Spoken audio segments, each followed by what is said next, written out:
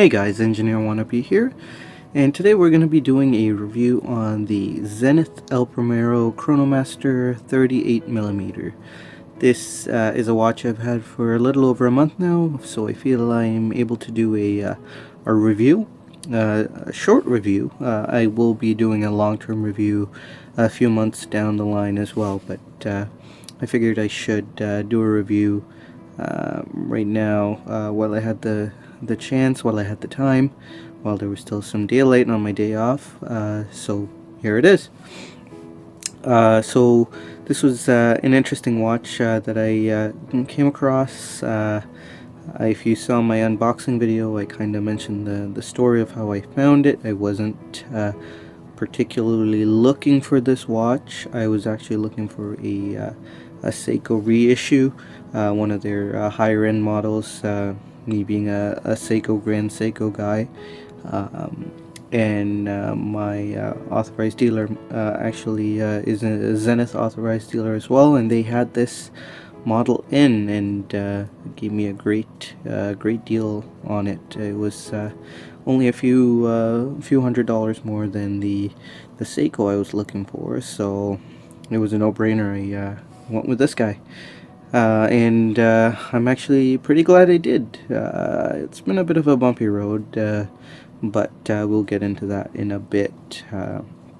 So anyway, let's go ahead and get into the dimensions. This watch is 38.5 millimeter diameter.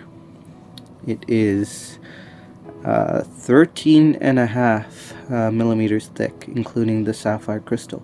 Zenith actually states this watch is 12.45 millimeters, and I believe they do that without the crystal. When I do try to measure this bit, it comes at around 12.5. So that's kind of not very transparent on Zenith's part, but I guess theoretically the case is only 12.5 millimeters thick.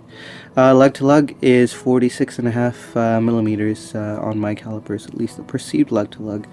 You can see that the lugs are cut inwards here, and if you measure from this pointed part to the other point, it's 46.5 millimeters on my calipers.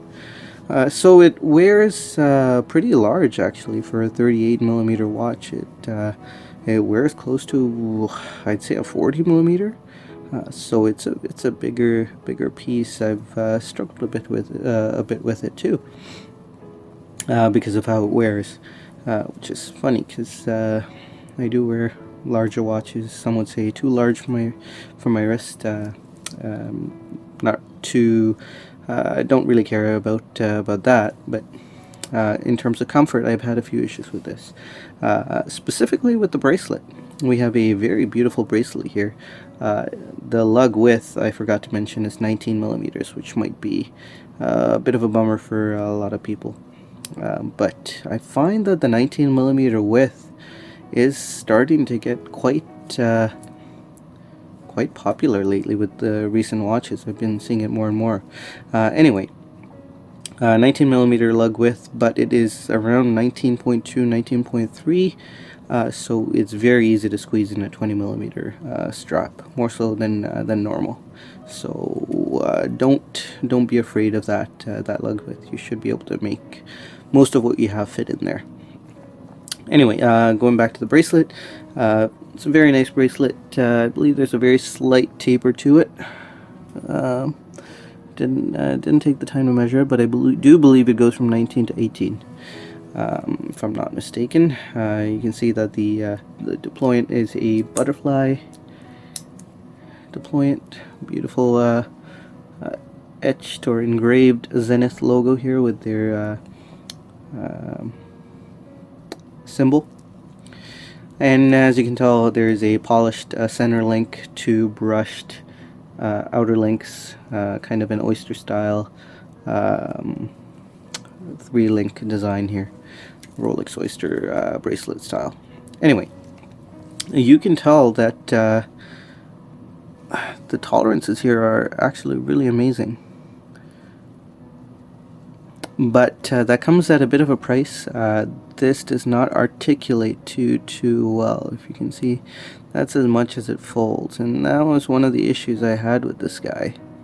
The bracelet is really nice, very hefty, but comfort was a bit of an issue. And I actually, after 2 weeks of owning it, I was considering selling it because I couldn't get a comfortable fit on it. You can also tell that the links are quite big. You can remove every single link, but they are large. You do get some 2 half links, one of which I have used here, but they are pretty big too, and currently I have to resort to wearing it a bit too tight than too loose. If you wear it slightly loose, just the way the case is designed, it tends to pop up in weird ways, and it's just not too comfortable on the bracelet. That said, when you wear it a bit tight, it's pretty comfortable, except for the fact that it's a bit tight, but not too bad. I'm glad I got it on the bracelet because I have the option of going to the bracelet, and I have tons of leather straps here. I really enjoy it on a black alligator or crocodile strap that I got from a higher end Seiko Presage. It's got a nice deployment as well, and it makes the watch look very. It looks like it fits on the watch. It looks like it was made for the watch, and I do really like it on the crocodile Seiko strap. One of the better Seikos. It looks great on a weird bluish strap that I have as well. It's a Hirsch Runner, I believe. Very nice strap. It matches the blue subdial here. So it's very good on straps. And I have a ton of straps that I can accessorize it with. Now, one thing that I did find is that the lug holes, or the lug holes, the spring bar holes, are very close to the middle of the lugs. And if you do, this might be a personal thing, but the way I undo a strap is I push from the top while I pull down on a spring bar side, and it pushes out through the front. And I found that that's a very bad idea with this watch. The lugs, the inner lugs are extremely sharp. And so when the spring bar comes out the front, it does leave a bit of a gouge. It's hard to show on camera, but you can definitely see some damage here. So that's one thing you probably should be aware of. I have adjusted the way I change straps now. I actually put a finger under, and then I pull in on the spring bar and put pressure on the underside so it comes up this way. Don't really care if I scratch the underside with the lugs. That kind of happens. If I really cared, I could tape it up too, but you know, it's the underside of the watch. It's not that big of a deal. So quite a few quirks with this guy, but it's kind of worth it. The El Primero movement is absolutely beautiful here. You can see the column wheel, the way it works. You can see everything happen from the engaging of the chronograph to the resetting.